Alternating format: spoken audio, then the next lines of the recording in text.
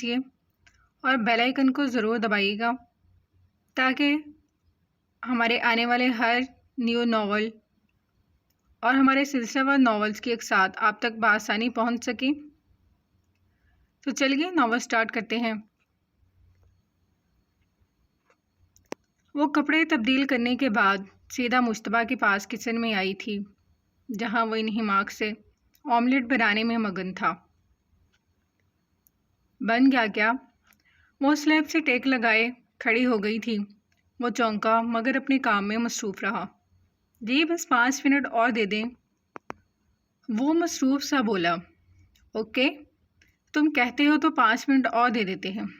وہ سر ہلا کر وہیں کھڑی ہو گئی۔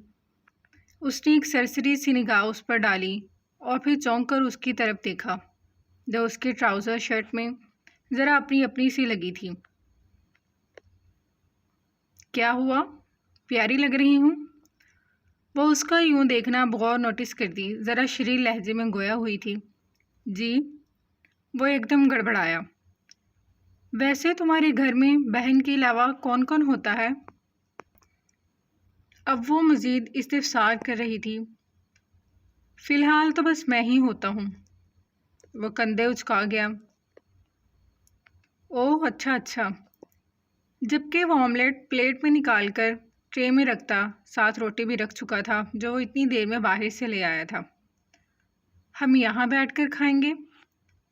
وہ اس کے ساتھ ہی صحن میں پڑے تخت پر آ بیٹھی تھی۔ جی، کیونکہ اندر بہت گرمی ہو رہی ہے۔ وہ خاموشی سے بیٹھ گئی تھی مگر اب اس کو بیٹھنے میں دشواری کا سامنا تھا۔ کبھی اس طرح کھانا کھایا جو نہیں تھا۔ کیا ہوا؟ وہ کچھ لمحے خاموشی سے دیکھتا رہا تھا۔ پاؤں اوپر کر کے آلتی پالتی مار کر بیٹھ جائیں جس طرح یوگا میں بیٹھتی ہوں گی آپ۔ عریشہ نے ذرا ناک چڑھا کر اس کی ہدایت پر عمل کیا۔ اب وہ واقعی ذرا کمفرٹیبل پوزیشن میں آ گئی تھی۔ اب ٹھیک ہے؟ وہ ہنکار بھر کر سر ہلا گئی۔ جلدی کھا لیں، مجھے لگ رہا ہے بارش ہونے والی ہے۔ تو کیا تم نے باہر سے کچھ آرڈر نہیں کیا؟ مجھے تو رات میں پھر بھوک لگ جائے گی۔ اسے الگ ہی ٹینشن ہوئی۔ فی الحال تو کچھ آرڈر نہیں کیا۔ آپ بتائیں کیا کھائیں گی؟ وہ پوچھ رہا تھا۔ پیزا منگوا لو جلدی سے۔ مشتبہ نے آنکھیں گھمائی تھی، ساتھ ہی آرڈر کنفرم کیا تھا۔ تیز ہوا نے یکدم رخ بدلا تھا اور اب آندھی سی آ گئی تھی۔ مشتبہ نے کال کی تو پتہ چلا کہ ابھی اس ایریا کا کوئی رائڈر اویلیبل نہیں تھا، ساتھ ہی کچھ دیر لگ جانی تھی۔ وہ سر جھٹک گیا۔ جبکہ ریشا مصطفیٰ سے کال پر مصروف تھی۔ مشتبہ تیز ہاتھ چلاتا پلیٹس واش کرنے کے ساتھ ساتھ ان کی باتیں بھی سن رہا تھا جو اس کے ساتھ اچھی خاصی فرینک لگ رہی تھی۔ کیا ہوا، اب سونا نہیں ہے کیا؟ مشتبہ نے اسے یوں ہی صحن میں بیٹھا دیکھ کلائی پر بندھی گھڑی میں وقت دیکھتے استفسار کیا۔ سونا ہے، ضرور سونا ہے۔ اس نے سر ہلایا۔ تو پھر صبح آفس پہ تو جانا ہے۔ میڈم، آپ آفس کے باس ہیں لیکن میں ایک معمولی سا امپلائی ہوں۔ یہ بات آپ بار بار کیوں بھول جاتی ہیں؟ اس نے آئی برو اٹھائے۔ ارے یار، کیا ہو گیا ہے؟ نہیں بھولی ہوں۔ وہ خفا ہوئی۔ نئی جگہ ہے، مجھے اتنی جلدی نیند نہیں آتی۔ اس بار اس نے لب دبائے۔ کوشش کریں آ جائے گی، مگر اگر آپ یہ بہانے صرف اس لیے کر رہی ہیں کہ آپ واپس اپنے فرینڈ کے گھر جانا چاہتی ہیں تو معذرت، میں آپ کو اس کی اجازت نہیں دے سکتا۔ وہ منہ بنا گیا۔ تو اجازت مانگ کون رہا ہے؟ مجھے جانا ہوگا تو میں خود ہی چلی جاؤں گی۔ اس نے بے نیازی سے کندھے جھٹکے تو مشتبہ نے اسے خاموش نگاہوں سے دیکھا تھا۔ اچھا اب گھورو مت مجھے۔ اس نے لب دبائے۔ اچھا، ابھی یہاں آ کر بیٹھ جاؤ نا، میں بور ہو رہی ہوں۔ تیز ٹھنڈی ہوا کے باعث اس کے بال پھڑپھڑا سے رہے تھے۔ اچھا جی۔ وہ ساتھ آ کر نشست سنبھال گیا، جبکہ اب وہ پتہ نہیں کون سی باتیں کر رہی تھی اور وہ بڑی توجہ سے سن رہا تھا۔ تم بھی تو کچھ بولو۔ وہ ایک پل کو خاموش ہوئی۔ آپ بولتی رہیے، میں آپ کو سن رہا ہوں۔ وہ دھیمی مسکراہٹ سمیت بولا تو وہ ہولے سے مسکرا کر سر جھٹک گئی۔ تمہیں پتہ ہے مشتبہ، میرا جو کزن ہے نا وہ دل کا برا ہرگز نہیں ہے، بس تایا کی وجہ سے مجبور ہے۔ وہ استہزائیہ لب و لہجے میں بولتی مسکرائی تھی۔ اگر وہ برا نہیں ہوتا تو کسی عورت کو تنہا سمجھ کر اس کا فائدہ نہ اٹھاتا۔ اس سے باور کرایا تو وہ خاموش رہ گئی۔ سننے میں آیا ہے کہ اس نے شادی کر لی ہے، اور جس لڑکی سے شادی کی ہے وہ اس کی پسندیدہ عورت ہے، وہ بتا رہی تھی۔ تو پھر وہ جھوٹا نکاح نامہ اس کی بیوی کو دکھا دینا چاہیے تاکہ موصوف کی عقل ٹھکانے آ جائے۔ مشتبہ کو سوچ کر ہی طیش آیا تھا، نہیں یہ اچھی بات نہیں ہے، فضول میں گھر خراب ہوگا، مسئلہ پراپرٹی کا ہے، اب ہم سیدھا عدالت میں ہی ملیں گے۔ مشتبہ خاموش ہوا۔ اتنی ہی دیر میں ایک جھونکے کے ساتھ بارش برسنے لگی۔ مجھے پہلے ہی معلوم تھا کہ بارش ہوگی، اور اس رائڈر کا بھی ابھی تک کچھ پتہ نہیں ہے، آپ اندر چلیں ورنہ بھیگ جائیں گی، وہ فکر مندی سے گویا ہوا تھا۔ نہیں مشتبہ، گرمیوں کی پہلی بارش ہے، مجھے انجوائے کرنے دو۔ وہ پرجوش ہوئی، اس نے تعصفی نگاہوں سے دیکھا تھا۔ یہ گرمیوں کی پہلی بارش ہے، اسی لیے کہہ رہا ہوں پہلی بارش میں نہیں نہانا چاہیے، خاص کر پاکستان جیسے ملک کے شہر کراچی میں تو بالکل نہیں، کیونکہ ابھی کی برسات آسمان کا سارا گرد آلود لے کر نیچے آئے گی۔ جب دوسری بارش ہوگی تو مطلع صاف ہو جائے گا، پھر نہا لیجیے گا، ابھی یہ پولوشن زدہ بارش ہو رہی ہے۔ عریشہ نے اسے گھور کر دیکھا تھا۔ ایک بار پانی نیچے آ گیا نا، یہ ہوا کے ساری گند بلا نیچے لے آیا، اب جو بارش ہو رہی ہے یہ صاف ہے۔ تم مجھے نہانے دو، ابا نہ بنو میرے، وہ ذرا منہ بنا کر بولی۔ مشتبہ نے فوراً استغفار کیا، جبکہ اب وہ صحن کے بیچوں بیچ کھڑی گول گول گھومتی بارش میں بھیگ رہی تھی، جبکہ وہ ٹکٹکی باندھے بس اسے ہی دیکھے جا رہا تھا، جو ارد گرد سے لاپرواہ سی تھی اور وہ خود سے بیگانہ۔ اف مشتبہ، تم بھی آؤ نا، دیکھو کتنا مزہ آ رہا ہے، وہ ایکسائٹڈ سی ذرا زور سے بولی تھی تو مشتبہ بکھلا کر اس کے نزدیک گیا۔ اب وہ بھی بھیگ گیا تھا۔ کیا ہو گیا عریشہ، تھوڑا آہستہ بولے، یہاں سب گھر بہت قریب قریب ہیں، ارد گرد والوں کو آواز جائے گی۔ وہ زبان دانتوں تلے دباتی مشتبہ کو کیوٹ لگی تھی۔ وہ یوں ہی مسکرا دیا تھا، سوری، دیکھو کتنی ٹھنڈی بارش ہے۔ جب میں آخری بار بابا کے ساتھ پاکستان آئی تھی، جب بھی ایک ایسی ہی بارش ہوئی تھی، اور میں گول گول گھوم کر نہا رہی تھی۔ بابا نے کہا تھا ریشا اتنا نہ بھیگو ورنہ بیمار ہو جاؤ گی، اور میں صبح واقعی بیمار ہو گئی تھی۔ اپنے باپ کو یاد کرتے اس کا گلا رن گیا تھا اور وہ ایک دم ہی آگے کو ہوتی ساتھ کھڑے مشتبہ کے گلے سے لگتی ہچکیوں سے رونے لگی تھی۔ وہ اس اچانک افتاد پر بری طرح سے سٹپٹایا تھا۔ عریشہ ریلیکس، کیا ہو گیا ہے؟ اس نے اسے الگ نہیں کیا تھا، مگر اس کا سر سہلاتا وہ اسے کام کرنا چاہ رہا تھا۔ احساس ہونے پر وہ ایک دم پیچھے ہوئی تھی۔ سوری، وہ خفت زدہ سی الگ ہوئی، پورا بدن بھیگا ہوا تھا، بھیگ تو مشتبہ بھی گیا تھا۔ کوئی بات نہیں، آپ آ کر چینج کر لیں۔ ٹراؤزر شرٹ اس کے بدن سے چپک گئے تھے، بالوں کی لمبی موٹی لٹیں بھی گردن پر چپک سی گئی تھیں۔ وہ ذرا شرمندہ سی سینے کے گرد بازو لپیٹتی اس کے ہم قدم ہوئی۔ مشتبہ اپنے کمرے میں بستر پر لیٹا مسلسل کروٹیں بدل رہا تھا۔ بارش ابھی بھی ہو رہی تھی۔ وہ عریشہ کو اپنا ایک سوٹ نکال کر دیتا اب اپنے روم میں آ گیا تھا۔ مزید ضبط کرنا محال لگا تھا، ایک تو محرم، پھر تنہائی۔ وہ اپنی ہی سوچوں میں گم تھا کہ ایک دم لائٹ چلی گئی تھی۔ وہ چونک کر اٹھا، اوہ شٹ، ساری مصیبتیں آج ہی آنی تھی۔ وہ بڑبڑا کر عریشہ کے کمرے کی جانب بڑھا تھا۔ اس کے نوک کرنے پر کوئی آواز نہیں آئی تھی۔ عریشہ، اس بار اس نے آواز لگائی۔ میں اندر آ رہا ہوں، لائٹ چلی گئی ہے۔ اس نے موبائل کے ٹارچ والا ہاتھ نیچے کرتے اسے تلاش کرنا چاہا تھا۔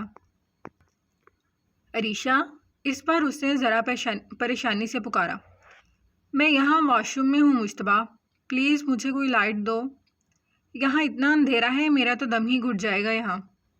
اندر سے اس کی روحانچ سی آواز آئی تھی تو مشتبہ نے بھی ساختہ پیشانی کو مسلا تھا۔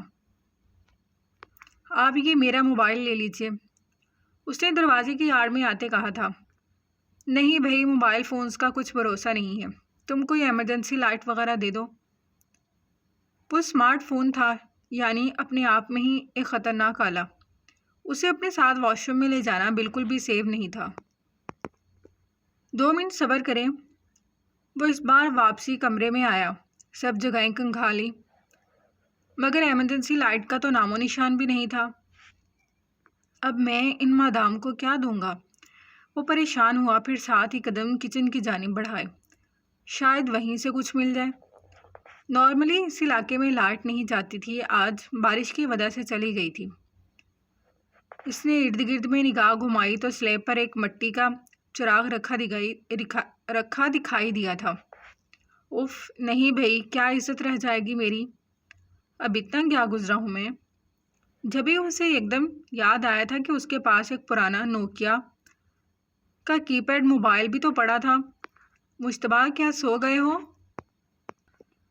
اس کی پکارتی آواز پر وہ تیز قدموں سے واپس اپنے روم میں آیا تھا، ساتھ ہی دراز کھول کر موبائل نکالا تھا اور تیز قدموں سے آئزل کے کمرے کی جانب بڑھا تھا، جو آج کل اس کے زیر استعمال تھا۔ یہ لیجئے۔ اس موبائل کی روشنی بہت معمولی سی تھی، مگر کام چل سکتا تھا۔ تھینک یو، مجھے تو لگا تھا آج تم مجھے مار کر ہی دم لوگے۔ اس نے آنکھیں گھمائیں۔ اب ایسا بھی کچھ نہیں ہے، وہ ناراض ہوا۔ ایسے ہی کچھ ہے، اس نے کہتے ساتھ ہی سر جھٹکا تھا اور قدم اٹھا کر سامنے ہی صوفے پر بیٹھ گیا تھا۔ موبائل کی روشنی ہی تھی واحد جس کی وجہ سے کمرہ جگمگ کر رہا تھا۔ اوف یار، کیسے انسان ہو تم؟ یہاں میری خوف سے جان نکل رہی ہے اور تم پتہ نہیں کہاں غائب ہو گئے تھے۔ اس نے باہر آتے ہی اسے خفگی سے گھورا تھا۔ وہ ایکچولی میں لائٹ ڈھونڈ رہا تھا، مگر سب چیزیں آئزر رکھتی تھی، اب مجھے تو کچھ مل ہی نہیں رہا۔ وہ سمجھ کر سر جھٹک گئی۔ خیر جانے دو، اب کیا کرنا ہے؟ مشتبہ نے ناسمجھی سے اسے دیکھا۔ کیا کرنا ہے؟ اس نے آئیبرو اٹھائے۔ وہی تو میں پوچھ رہی ہوں۔ اس نے آئیبرو اٹھا کر سوالیہ پوچھا۔ سو جائیں، صبح آفس جانا ہے، اس نے جیسے یاد کرایا۔ وہ تو جانا ہی ہے، مگر میں مصطفیٰ سے کہہ کر صبح اپنی ایک گاڑی منگوا لوں گی۔ سوری مصطفیٰ، مگر میرا گاڑی کے بغیر گزارا نہیں ہے۔ اس نے ہاتھ اٹھا کر کہا تو وہ خاموش رہ گیا۔ تم نے مائنڈ تو نہیں کیا؟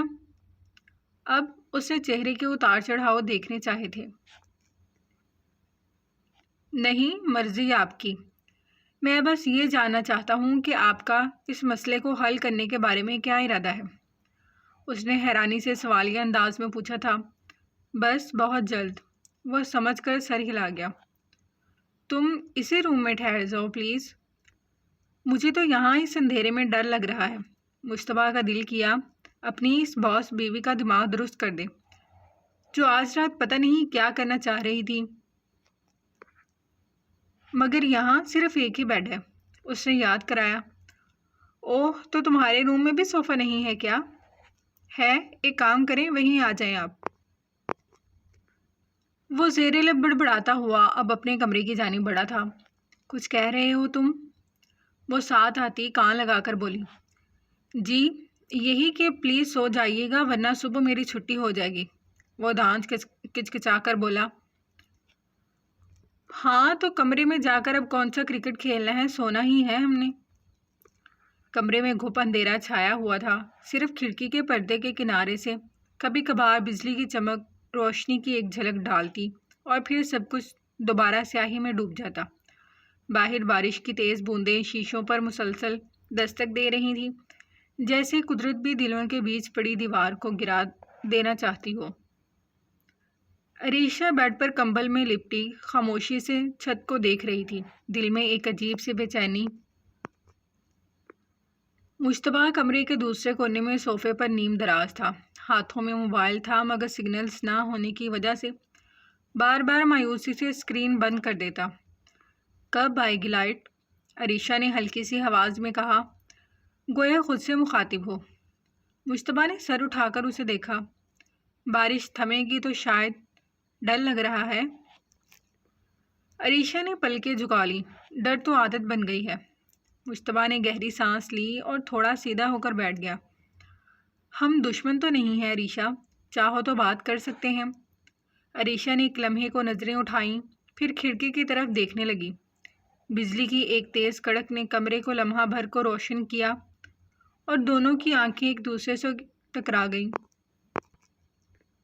دونوں کے چہرے پر وہی انجان سا تاثر تھا، ایک انجانی قربت اور ایک انجانی دوری۔ باتوں سے کیا بدل جائے گا؟ عریشہ نے دھیرے سے کہا۔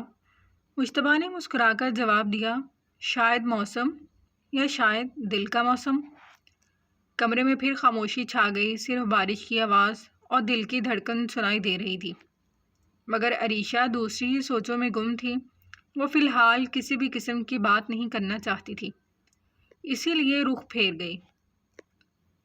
کمرے میں سورج کی روشنی تیز ہو چکی تھی جب عریشہ کی آنکھ کھلی۔ گھڑی دیکھی تو گھبرا کر اٹھ بیٹھی۔ اوہ نو، 8 بج گئے۔ دوسری طرف مجتبیٰ بھی آنکھیں مسلتے ہوئے اٹھا تھا کہ گھڑی پر نظر پڑتے ہی بری طرح سے چونکا تھا۔ کیا 8 بج گئے؟ چادر ایک طرف کو پھینکتا وہ ایک جھٹکے سے اٹھ کر بیٹھ گیا تھا۔ آج تو میٹنگ ہے تمہاری باس لیڈی، اس نے ہنستے ہوئے تپے تپے انداز میں کہا تھا، جبکہ عریشہ نے منہ بنایا تھا۔ دونوں نے جلدی جلدی واش روم کا رخ کیا اور ایک دوسرے پر سبقت لے جانے کی کوشش شروع ہو گئی۔ پہلے میں جاؤں گی، عریشہ نے ہاتھ میں تولیہ پکڑتے ہوئے کہا۔ ارے تمہیں تو میک اپ بھی کرنا ہوتا ہے، مجھے صرف شیونگ کرنی ہے۔ مجتبیٰ نے مذاق میں زبان نکالی، مگر عریشہ نے تیز نظروں سے گھورا تو پیچھے ہٹ گیا۔ ٹھیک ہے لیڈی باس، پہلے آپ۔ وہ مسکرا کر آئزل کے روم کی جانب بڑھا، جبکہ وہ ذرا تفاخر سے مسکراتی ہوئی واش روم میں جا کر بند ہو گئی تھی۔ کچھ دیر بعد خود وہ اپنی مکمل تیاری پر نگاہ ڈالتا روم میں آیا تھا۔ عریشہ ہنوز تیار ہونے میں مصروف تھی۔ اس نے اپنا کل والا ہی جوڑا پہنا تھا جو وہ آفس پہن کر آئی تھی، ورنہ اتنے عرصے میں اس نے کبھی اسے ڈریس ریپیٹ کرتے نہیں دیکھا تھا۔ مجتبیٰ نے کچن کا رخ کیا۔ وہ جلدی جلدی توے پر آملیٹ ڈال رہا تھا، دوسری طرف ٹوسٹ مشین میں سلائس رکھ رہا تھا اور ساتھ ساتھ ایک ٹوسٹ ساتھ ساتھ کھا بھی رہا تھا۔ یار یہ باس لوگ تو بس آرڈر دینا جانتے ہیں، سارا کام تو بندہ ہے مزدور کے سر۔ اف مجتبیٰ کیا قسمت پائی ہے، اس نے آملیٹ پلٹتے ہوئے زیر لب کہا، پھر جلدی سے چائے کی کیتلی کا سوئچ آن کیا۔ مجتبیٰ، عریشہ کی آواز کمرے سے آئی، کافی ریڈی ہے؟ مجتبیٰ نے جلدی سے جواب دیا، جی باس، بالکل 5 منٹ میں حاضر ہے۔ اس نے دان کچکچائے۔ باڈی گارڈ کی بجائے رات سے اپنا کوک بنایا ہوا تھا۔ چند لمحوں بعد عریشہ پوری تیاری کے ساتھ کچن میں داخل ہوئی، بالکل پروفیشنل لک میں، مگر آنکھوں میں ہلکی سی سستی کی جھلک تھی۔ شاید وہ رات ٹھیک سے سو نہیں پائی تھی۔ واہ، تم نے تو ناشتہ بھی بنا دیا، اس نے حیرانی سے کہا۔ جی باس، آج کے بعد میرا پروموشن تو بنتا ہے نا، مجتبیٰ نے شرارت سے کہا۔ عریشہ نے مسکراتے ہوئے ایک کپ اٹھایا، آفس میں دیکھوں گی تمہاری پرفارمنس۔ دونوں جلدی جلدی ناشتہ کر رہے تھے، مگر ان کی ہنسی اور باتوں سے ماحول ایک دم ہلکا پھلکا لگ رہا تھا۔ باہر کار کا ہارن بجا اور دونوں نے گھڑی دیکھی۔ اوہ نو، دیر ہو گئی۔ مصطفیٰ کی گاڑی ڈرائیور سمیت اسے پک کرنے آ چکی تھی۔ پتہ نہیں وہ ان گلیوں میں گاڑی کیسے لے کر آ گیا تھا۔ چلو مجتبیٰ، میں چلتی ہوں، باس دیر نہیں کرتی، عریشہ نے کہا اور تیزی سے باہر نکل گئی۔ مجتبیٰ اس کے پیچھے بھاگتا ہوا آیا تھا تاکہ اپنے سامنے گاڑی میں بٹھا سکے۔ باس، کم از کم لفٹ تو دے دو، اس بار اس نے شرارت سے کہا تھا۔ صرف 5 منٹ ہیں تمہارے پاس، کار میں آ کر بیٹھ جاؤ، اس نے بھی مسکراہٹ دباتے حکم صادر کیا تھا، جبکہ مجتبیٰ نے ذرا خشمگین نگاہوں سے گھورتے لوٹ کر تیزی سے پورا گھر لاک کیا تھا اور ساتھ ہی گاڑی میں آ کر بیٹھا تھا۔ جاری ہے۔ جی تو ڈیئر ریڈرز اینڈ لسنرز، کیسی لگی آپ لوگوں کو ہماری آج کی قسط؟ امید ہے آپ نے اسے ضرور پسند کیا ہوگا۔ تو ملتے ہیں نئی قصے کے ساتھ، تب تک اپنا خیال رکھیے گا، ہمیں دعاؤں میں یاد رکھیے گا۔